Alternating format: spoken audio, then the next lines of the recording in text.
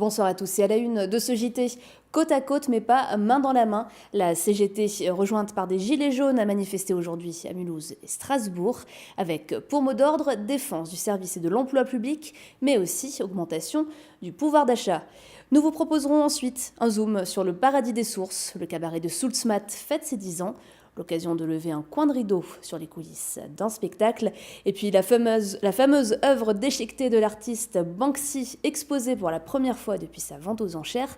C'est au musée Bourda de Baden-Baden et c'est gratuit. Ils étaient environ 600 dans les rues de Mulhouse. Entre 1300 et 1500 à Strasbourg, la CGT a organisé une journée de manifestation aujourd'hui avec pour mot d'ordre la défense des services et de l'emploi public et le pouvoir d'achat.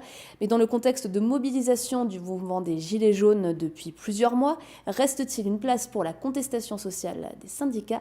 Camille Roland et Adeline Piron. Des gilets rouges et jaunes côte à côte dans la rue. À l'appel de la CGT, entre 1300 et 1500 personnes ont convergé dans la matinée à Strasbourg. Entre la place de la République et le centre administratif, si la couleur diffère, les motifs de colère sont partagés entre les deux mouvements.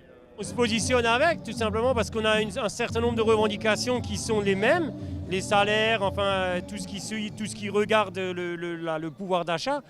Et de ce fait-là, on estime qu'on peut partager un certain nombre de moments ensemble. Et justement, cette journée et les samedis, on essaye de se rassembler et de retrouver ensemble une convergence pour un certain nombre de revendications. Et c'est un peu ça ce qu'on recherche, puisque derrière, le patronat et le gouvernement ne nous entendent pas. Et donc, plus on sera dans la rue, mieux ce sera, quoi.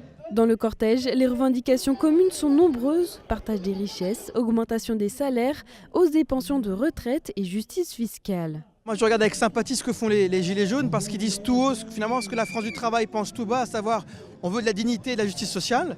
Mais je suis là avec les syndicats, mais je pense que le jaune, le rouge et tous ensemble, les blouses blanches, les robes noires, tous ceux qui sont en colère doivent converger pour créer un puissant mouvement de fond. On a des convictions, des points communs avec les Gilets jaunes. Je suis infirmière et voilà, tout ce qui est dit, c'est vrai qu'on a des salaires de misère pour les responsabilités qu'on a et pour les horaires de travail qu'on a.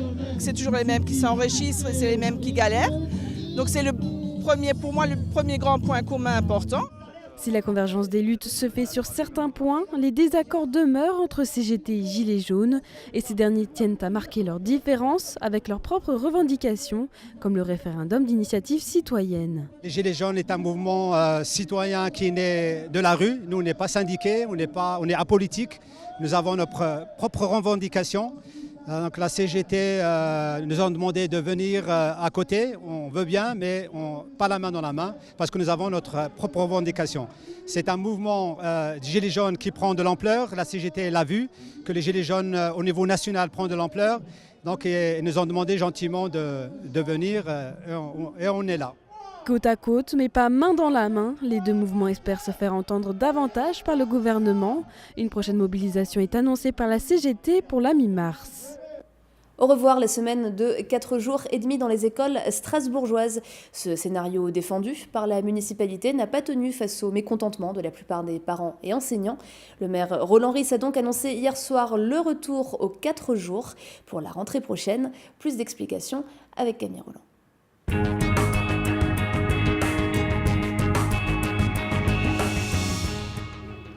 Les conseils d'école en ont décidé ainsi. L'immense majorité des écoles primaires et maternelles passeront la semaine de 4 jours pour la rentrée 2019, avec le mercredi en moins.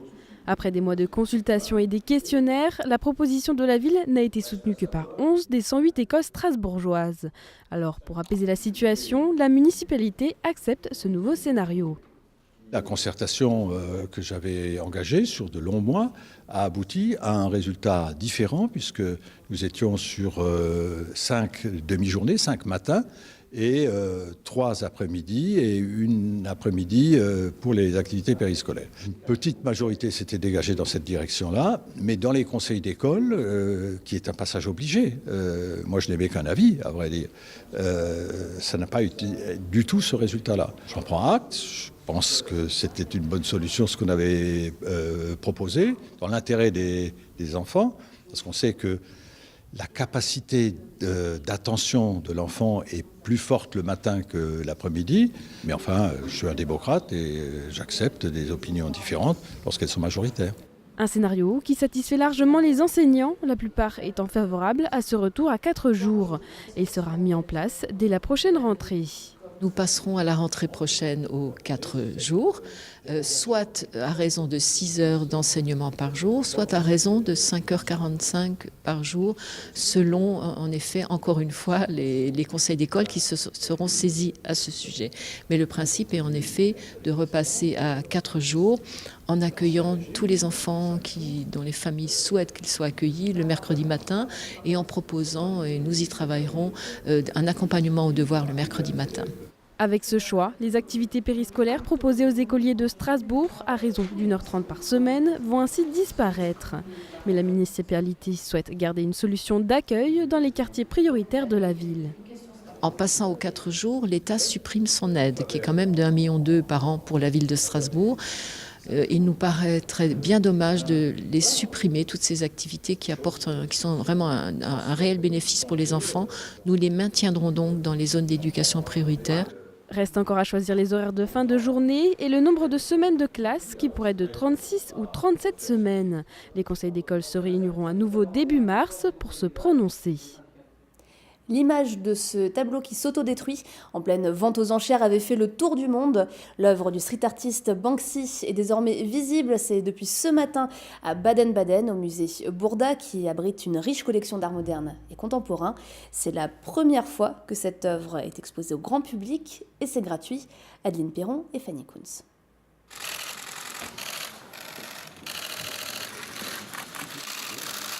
Ça y est, elle est accrochée pour 1 mois. Intacte. Enfin presque. La fameuse œuvre partiellement autodétruite de Banksy, Love is in the Bin, orne désormais les murs du musée Frieder Burda de Baden-Baden. L'exposition de l'œuvre de Banksy a pour but de faire naître une réflexion critique autour du street art. Nous voulons réfléchir avec les visiteurs en nous questionnant sur la place du street art dans un musée. Quel sentiment et quel message peut-il nous transmettre ? Le tableau qui a failli passer à la déchiqueteuse lors de sa vente aux enchères le 5 octobre dernier a fait parler de lui dans le monde entier. C'est donc la première fois qu'il est visible par le grand public. La collectionneuse qui a fait son acquisition le prête aujourd'hui au musée allemand. Avec Banksy, nous allons faire venir un tout autre type de public, différent de celui qu'on a l'habitude de voir. Banksy a aussi une grande renommée auprès des jeunes. Nous attendons la venue de personnes qui n'ont peut-être jamais passé la porte d'un musée auparavant. En accord avec la philosophie de l'artiste, l'accès au tableau est gratuit. Pour éviter sa destruction totale, le mécanisme interne a été désactivé. Il ne reste plus qu'à passer le Rhin pour le découvrir. Loin de la capitale et son moulin rouge, à mi-chemin entre Colmar et Mulhouse, un music-hall fait le bonheur et la fierté des Alsaciens depuis de nombreuses années. Il s'agit du Paradis des Sources à Sulzmatt. L'établissement fête cette année ses 10 ans d'existence, l'occasion de revenir sur l'histoire des lieux et de se plonger dans les coulisses d'une représentation. Marine Zis. Début de matinée au Paradis des Sources. Dans quelques heures, le show débutera. En cuisine, les repas sont en préparation. Au sous-sol, Jacqueline Descanvel, la costumière, s'active aussi. Et elle n'a pas 1 minute à perdre. Au départ, on était quand même 3 couturières, un styliste, un chapelier. Et aujourd'hui, je suis seule à tout faire. C'est la course à la montre tous les jours. Puisqu'il faut faire 2 créations, car nous avons 2 music-halls. Donc ici et Dijon. On a également en parallèle 1 à 2 troupes itinérantes pendant les périodes de Noël qu'il faut également habiller.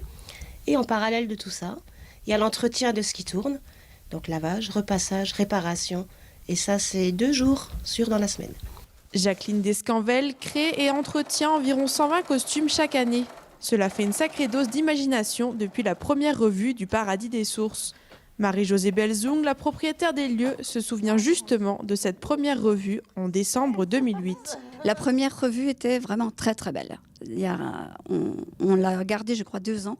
Elle était magnifique. 10 ans, c'est une grande joie. Parce que construire un music-hall dans le Haut-Rhin, c'était pas évident. Ça rentrait pas dans les cases. Je suis tout simplement fière de tout le parcours que nous avons réalisé tous ensemble dans ce Paradis des Sources, puisque c'était pas évident au départ. Hein. Tout le monde sait qu'on a eu des dépassements de budget lors de la construction. Mais on a trouvé des solutions et nous voilà donc à ces 10 ans d'existence. Une anecdote sur la construction des lieux lui revient d'ailleurs. Là, on est vraiment sous la scène, hein, toute la superficie de la scène où il y a toutes les loges. Et là, vous voyez le tampon. Donc, c'est comme ça que ça s'appelle. Donc, c'est une grande machine qui nous permet de monter et de descendre les artistes. Et en fait, lorsque nous avions construit, on avait pris la taille de ma grande voiture. C'était une 4x4. Voilà, donc on peut mettre sur ce tampon 1 tonne maximum. Et à quelques mètres du tampon, un artiste termine de se préparer. La séance de maquillage me fait du bien pour rentrer dans ce personnage et en même temps me contrôler mon trac. Lola from Paris est à la fois meneuse de revue et responsable artistique au Paradis des Sources depuis 3 ans. J'ai déjà travaillé dans d'autres endroits, dans d'autres cabarets. Je trouve qu'on est bien ici. On a une scène magnifique et on a la chance de pouvoir s'exprimer. J'ai la chance, à mon âge et ma spécificité, qui est donc ce personnage, de pouvoir être en scène et d'avoir, on va dire, une liberté d'expression. Il est midi. En cuisine, les assiettes sont dressées puis servies. Et pendant que les clients profitent de leur repas, en loge, les danseuses et danseurs s'échauffent, se maquillent et se coiffent. Le show débute à 14h et à 15 minutes du lever de rideau, l'heure est à la concentration et au dernier réglage. On enchaîne directement, pas de bateau, pas de décoration. Les artistes et l'équipe technique sont prêts, le spectacle peut commencer. C'est parti pour près de 2 heures de chant, danse et comédie.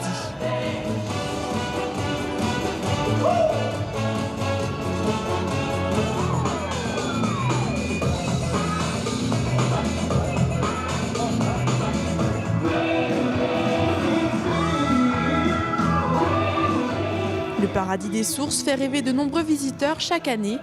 En 2018, ils étaient plus de 40 000 à avoir assisté au spectacle.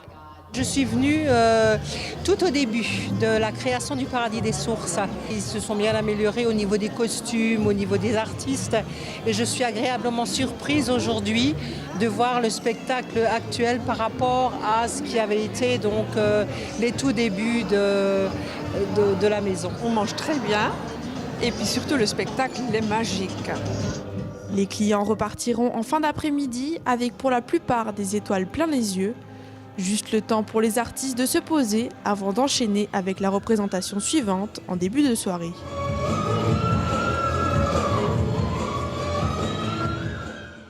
Et puis quand Paris prend des airs d'Alsace, plus de 250 000 Alsaciens habiteraient la capitale et une poignée d'entre eux se sont réunis pour un Stammtisch, ouvert aussi bien évidemment aux non-alsaciens. Nora Borioa.